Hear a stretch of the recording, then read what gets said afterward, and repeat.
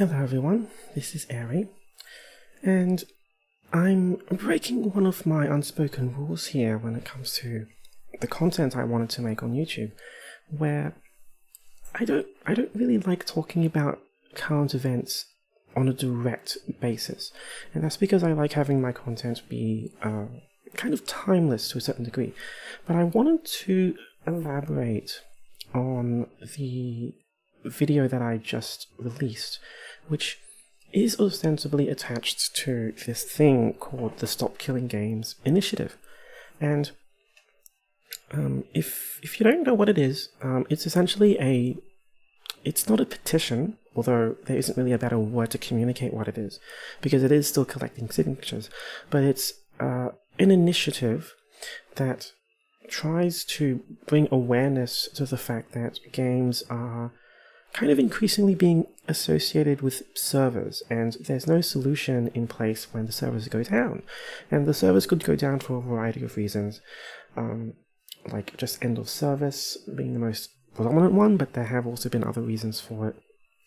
But essentially, it's a case of where the publisher is abandoning the game for some reason, and there's no backup plan in place to keep the game functioning.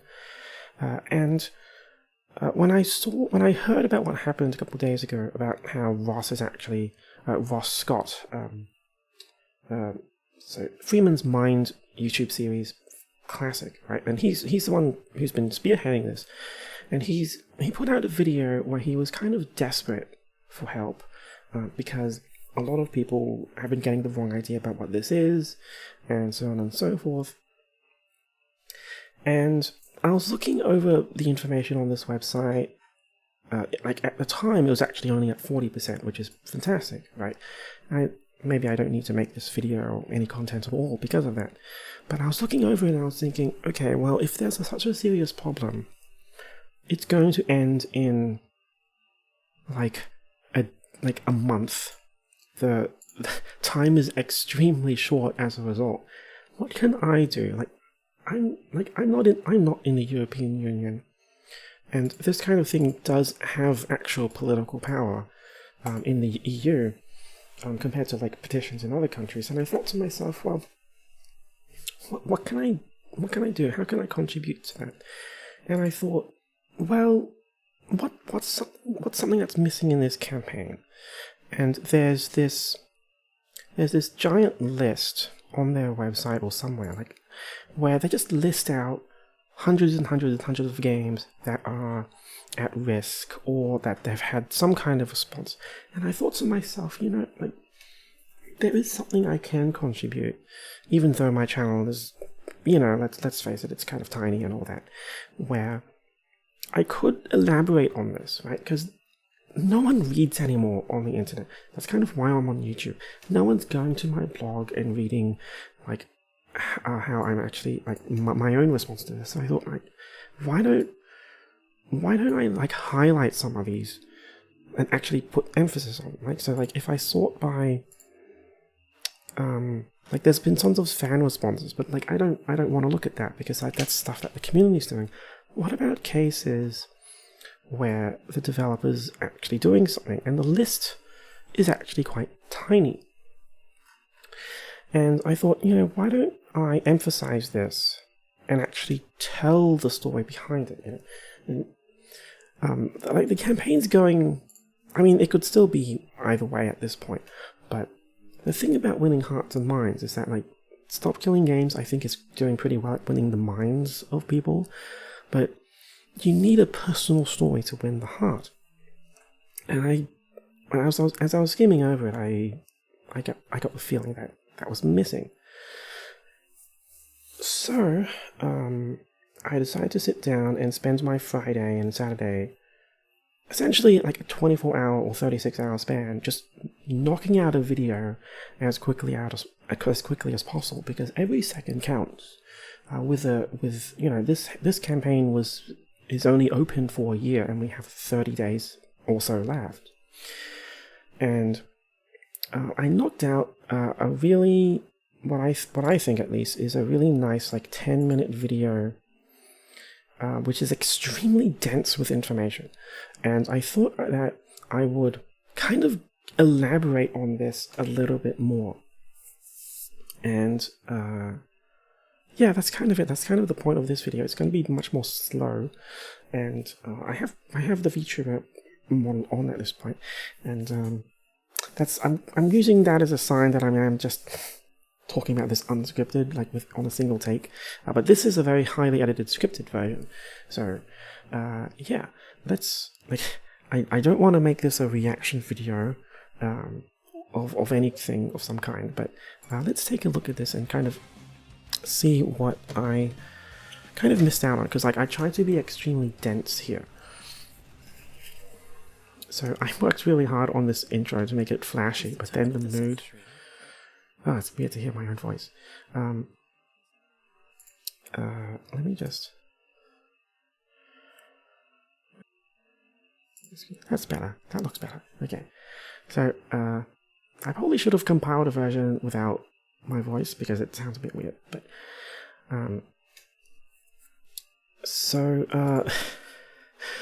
It was a huge pain to gather footage, and so like it's like I've had to learn quite painfully that gathering secondary footage takes a ton of time, and I was very lucky enough to have actually recorded Animal Crossing last year, so this is actually recorded on the final end of service day. Geez, am I doing commentary on my own video? Like, what have I turned into? Anyway, this is... I kind of threw in Crisis. I kind of just wanted to throw in Crisis to show off my new graphics card. Then I scrambled to find a reason to put it in. But anyway, I'm kind of getting off of the tangent here. But the whole idea of this video is that I would list not just 8 games, because it's not actually 8, it's actually 10 games. But instead I'd list 8 methods. And it's actually 6 sections, which is not really a great thing. But where an end-of-life response, like kind of just to show the variety of end-of-life responses of escalating nature, essentially. So like I start really gently and kind of show an example of what's not actually, what's kind of a sort of end of life, but it is actually still active.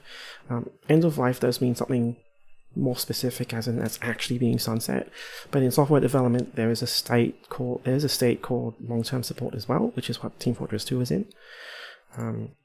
Also, I want to say, like, I'm not really happy with this transition here, because the audio cut out for this video clip, which is why this transition screen actually cuts out as well. So yeah, like that's like I just threw in my name there for some reason. It's so incongruous with everything else.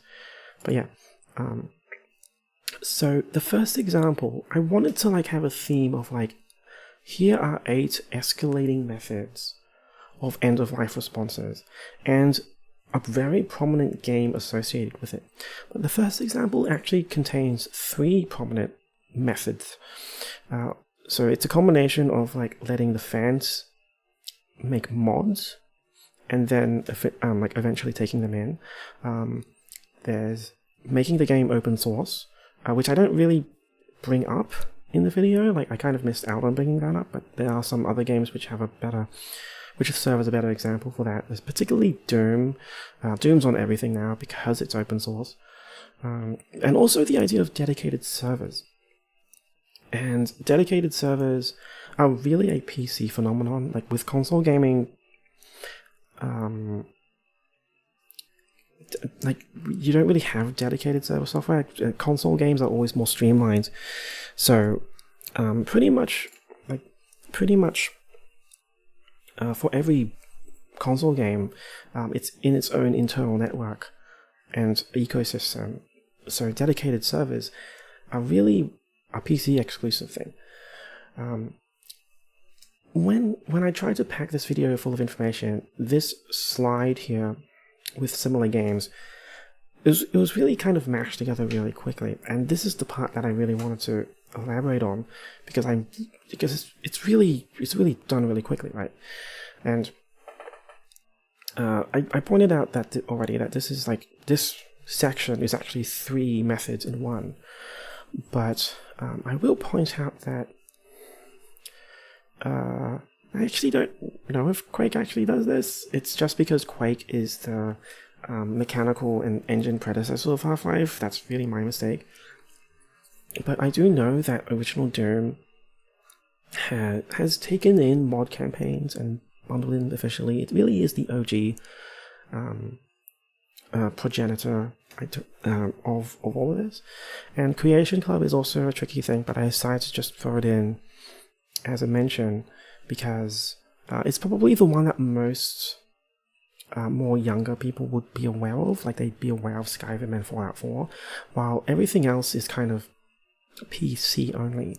Creation Club is really only mods rather than dedicated servers.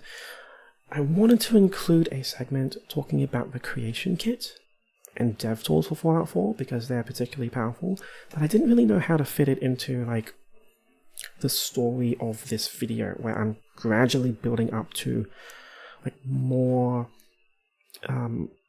escalating, more serious forms of end-of-life interventions.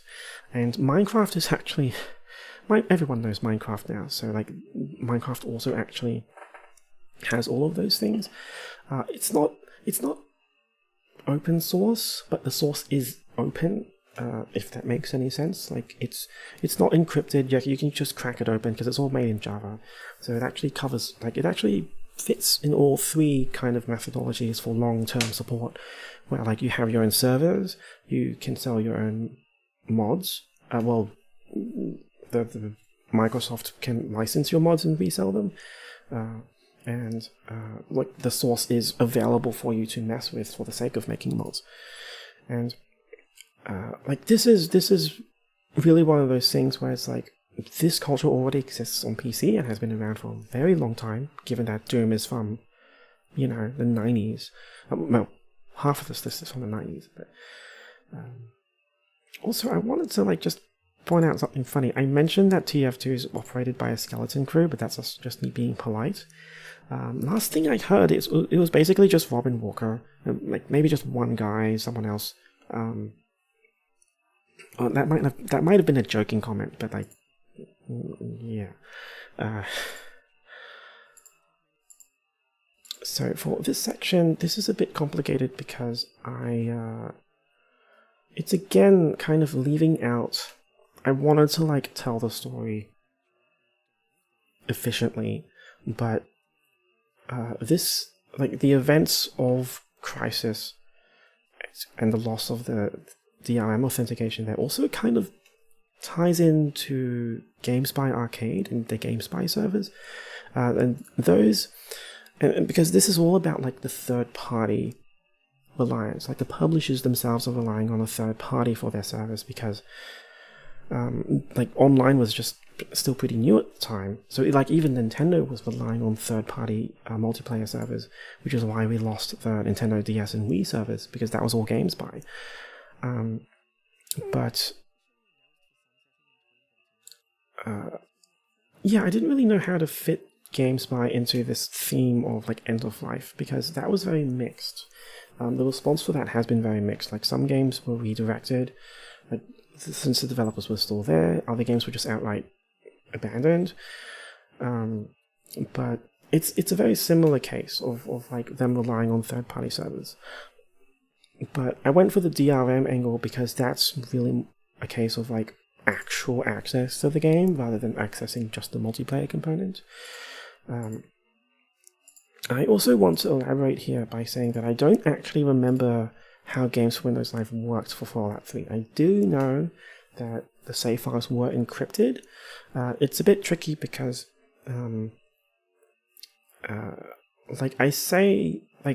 so it was official, as I say in the video, the authentication servers were announced to be sunset in 2014, but the servers were just left up anyway, right? But officially, the declaration was 2014, and it remained up for an extra 10 years, and it was when it was, 8 years, and when it was finally going down, that was when Bethesda finally responded and released a DRM-free version of the main exe file. And this is a case where it's like they just did it at the last minute, and we don't. It doesn't really feel benevolent, but like I don't think I should bring emphasis on like bad or good cases of end of life. It's like it's the fact that there is an end of life response is important as well. But for most of this time between 2014 and now, you had to actually mod your game on Steam like in order to make it playable, because games for Windows Live just wasn't working properly anymore. And this ties into the Crisis as well, because like I have an error here where I forgot to give an end date here, and that's because I couldn't actually figure out what it was. But a couple of days later, after posting the video, I did figure it out, where it's actually related to Windows 10. So like both Crisis and Fallout 3 stories are actually related to Windows 10, which means that that may have been why there was no end of life response, because it wasn't the game's fault, it wasn't the game developer's fault, it wasn't the publisher's fault. It's actually Microsoft, where Windows 10 made these connections broken, right? Because Microsoft is the one where games for Windows Live wasn't there by default anymore on Windows 10, and apparently Secure just started having connection issues when Windows 10 came out, which is why from 2015 onward it just kept failing. And again, like you had to just use a fan community made mod to play Crisis. But for the most part, I kind of just wanted to put Crisis in because it looks pretty. So yeah.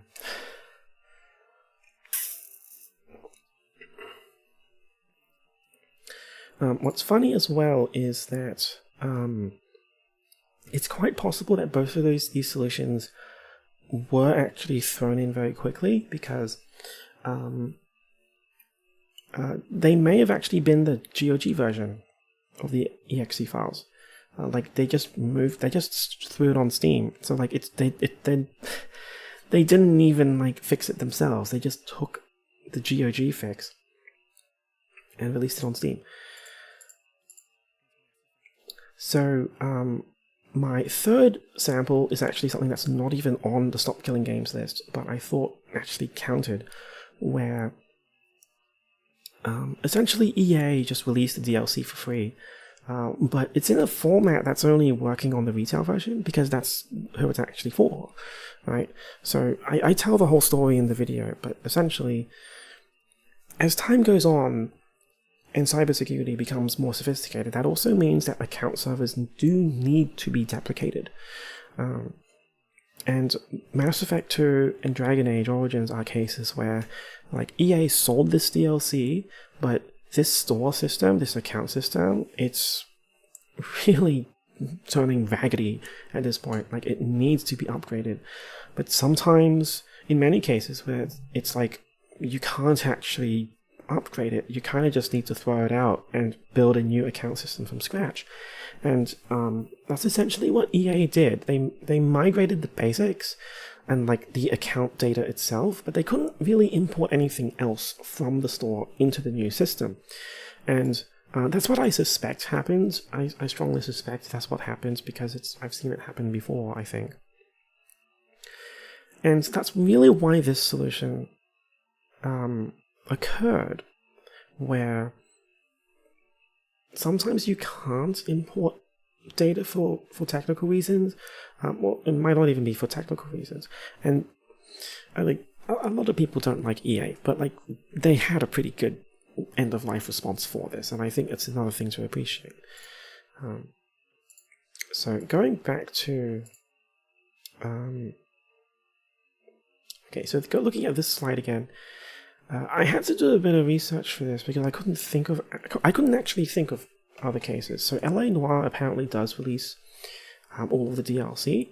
So Rockstar released all of the DLC for LA Noire, and I'm not really sure why they did it, but I threw it in anyway because it is a similar action. But Half-Life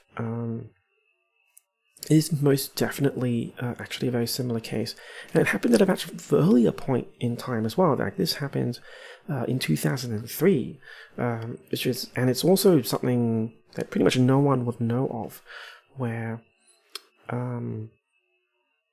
essentially like the publisher for Half-Life was Sierra, and they ended up generating their own keys and stuff like that for the physical version. But when Steam was coming out, they wanted to like load Steam itself with a bunch of keys to redeem to kind of show that they, it was going to become a storefront. And unfortunately, because of their relationship with Sierra, or because of the database keeping methods at the time, they kind of just got a huge list of keys, and it didn't actually, and Valve didn't actually know what games they were for.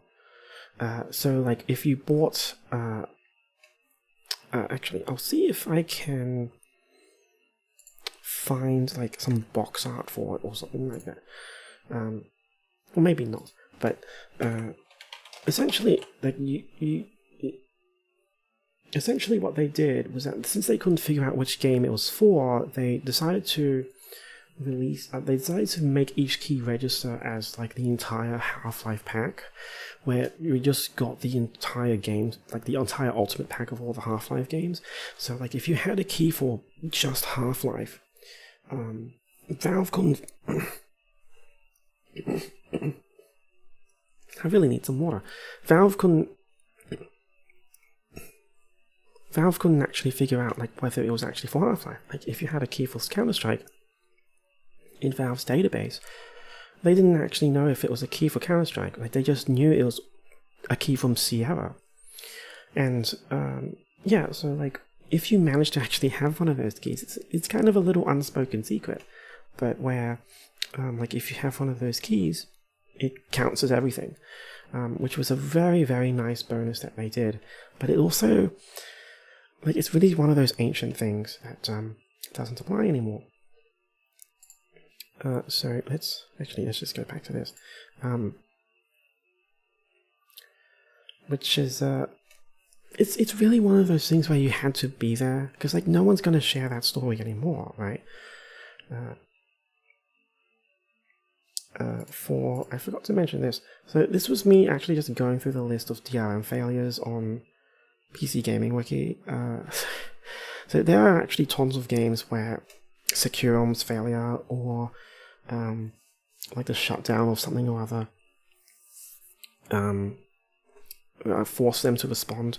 So I kind of just threw that list together. I didn't actually confirm it, which is, I probably shouldn't admit to that. That ruins my integrity. But anyway, so the next response that I decided to list was the idea of licensing it out to new people. And this is an odd one because I'm really just referring to MMOs and private servers. And when doing my research, I saw like people mention other MMOs and other private servers, but the key thing with these two is that these are legalized, and that's really the notable thing about this. Like, I'm not talking about WoW private servers or Star Wars Galaxies was one that I saw brought up quite often during the last week of Stop Killing Game stuff. But the thing about Star Wars Galaxies is that like that was shut down because the license expired, and it's believed to just be in licensing limbo, which is why this private servers can't be taken down, and they also can't get a license either, because we're dealing with Disney at this point. So it is a genuine legal limbo. But in the case of Rose Online and City of Heroes, they did manage to get in contact with them, and the private server guys, they somehow managed to figure it out, and this is something that that surprised even me, because something no one, like, when it comes to traditional companies, they're not really willing to talk to individuals. So these guys actually did form LLCs and like essentially their own legal entity, and got a lawyer and everything. And as far as I can tell, that's how they managed to get in contact with them. Although a lot of this is just me kind of inferring it from what they did write down. One thing I do have to like kind of softly apologize for as well is that This is like City of Heroes. My City of Heroes footage is actually really broken. So this is actual footage from the homecoming servers. And like it's super glitchy and laggy, which is not a good show for the City of Heroes, right? But unfortunately, this is a case of like, I believe this may be a case of like the server location, unfortunately, where their servers, they officially list their servers as either being in Europe or in Canada, and that's actually too far away for me. So like this is a different issue where a lot of the time, me as an Australian, I can't play MMOs because of ping and latency. And with their servers in Canada, this was really difficult for me to get footage for just because of how laggy it was. I couldn't get anything that looked good. So, yeah. So yeah, like generally speaking, somewhere like in West Coast or Central US is where I can get a good ping. If it's somewhere else, like I can't really connect to the servers that well. So I really wanted to actually check out City of Heroes, but yeah. Another thing as well is that like I do say that there's no precedent for this, and that is true in this specific scenario of MMOs receiving licenses. But when it comes to like unlicensed products, right, like in general, in a broader sense, something unlicensed actually receiving a license retroactively, there are a couple of cases that I wanted to write down, but I decided to leave out because, again, like it didn't really fit the story I was building up to. Because it's actually, it mainly has to do with like fan translations. It's not actually a full game. So I put this down on like the written version on my website. I probably should have shared a picture of that actually.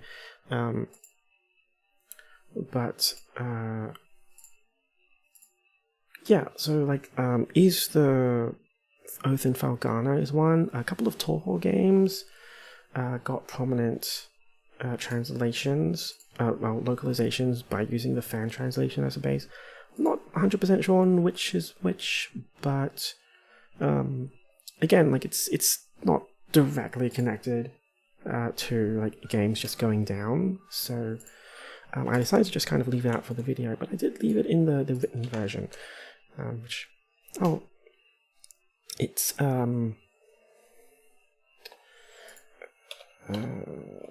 so it's just over, yeah, so like there's just this page here, so like it's essentially the same content except I mentioned a couple other things.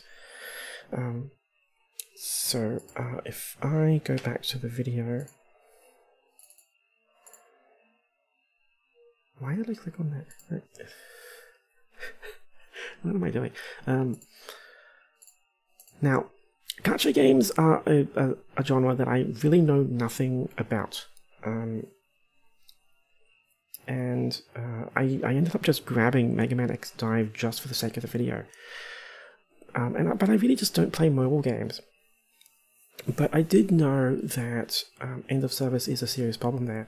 But they also don't sell to the EU very much, so like this wouldn't affect them anyway. But again, like it's all about like the stories of the responses. Like no matter how crazy it sounds, it's something that they've explored anyway. And I really think that this is like a fine example of them doing their best for the game. From what I've heard, Capcom really wanted to kill this game off, but the developers requested a special set of funding, additional funding, just for the sake of making an offline version. I made a mistake here and forgot to add text for this, but like Pocket Camp Complete is also another case where Nintendo actually had a migration service, so like they actually took the time to have migration. Honestly, like this footage is like I said at the beginning of this video, this footage is like 6-7 months old. Like I I don't even know why I recorded it, but like it was this is the final day, like this is footage of the final day of the online version of Pocket Camp, and I decided to actually record this footage for some reason, and I finally took it out of my archives for the sake of this thing. It's yeah, for some reason I just wanted to point that out, but as you can see on this picture here, I flash it by really quick, so I paused it, but you can see that there is save data transfer, and Nintendo did right here. Another interesting thing, like this is all Japanese stuff now, and we're starting to go into territories where I think less people know about it because of the fact that it's in Japan and only in Japanese. But the reason I managed to even actually find additional examples of gacha games near the end of this section here is because like Japanese users are actually cataloging this stuff as well, right? Where did I just bump my mic there? And there's this Japanese website. Thankfully, it also has not safe for work stuff as well. So like I'm just gonna scroll through that. But this website actually catalogs games that have gone offline, and also indicates if there's like offline versions and stuff like that. Which like this is one of those things where everyone's aware of this issue, where things are going offline.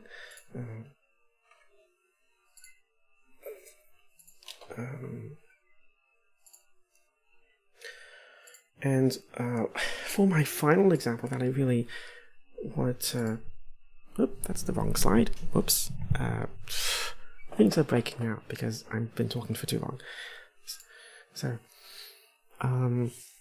which kind of leads to my final example, which is another case where it's like,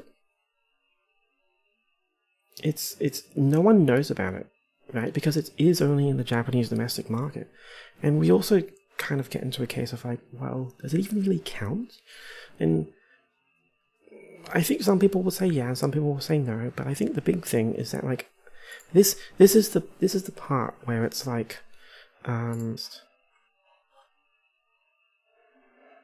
it's just a blurb, right? Like there's no elaboration on what exactly this is. Like there's no story behind it. There's nothing that indicates like how much effort was put into this, and that's really what I'm trying to get at here, where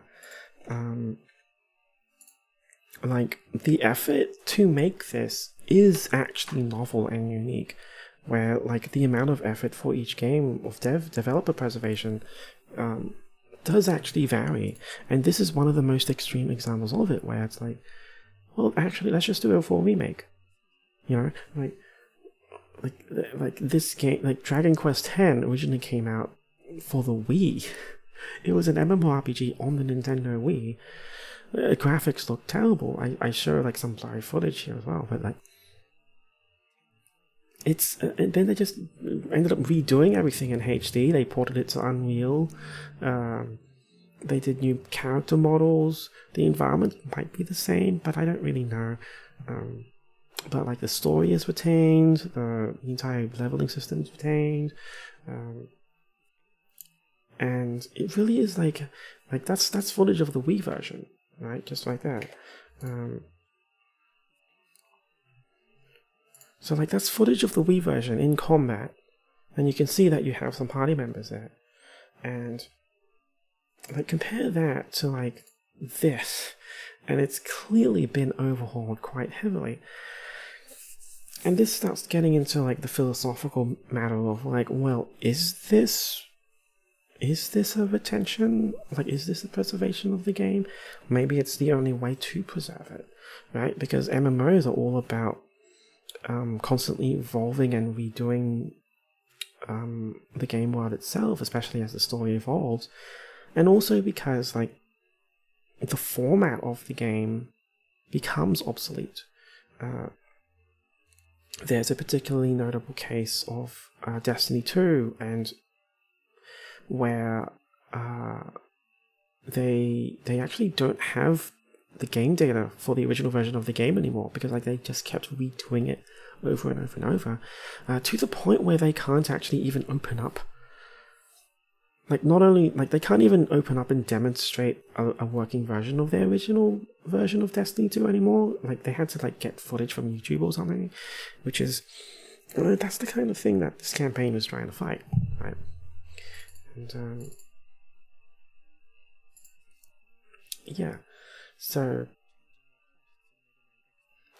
that's really, the main thing here, where I really just wanted to like elaborate on some of the things that I talked about here, and maybe this isn't necessary. As you can kind of see with how long I've been talking here, like I really wanted to make a really super dense version of this instead of me talking like this.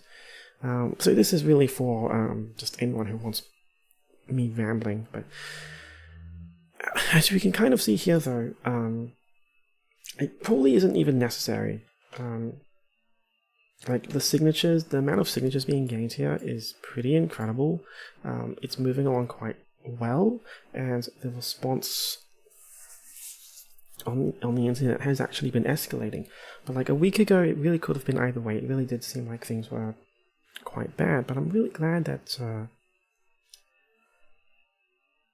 that it's been going well. So, jeez, I don't even remember how to like tab. No, that's not it. It's not even that button anymore. But yeah, that's kind of it. Jeez. That's a really long reaction video, isn't it? Like, I'm reacting to my own thing as well. Anyway, that's kind of it. Let's just move on to your, like, regular content now. So, yeah.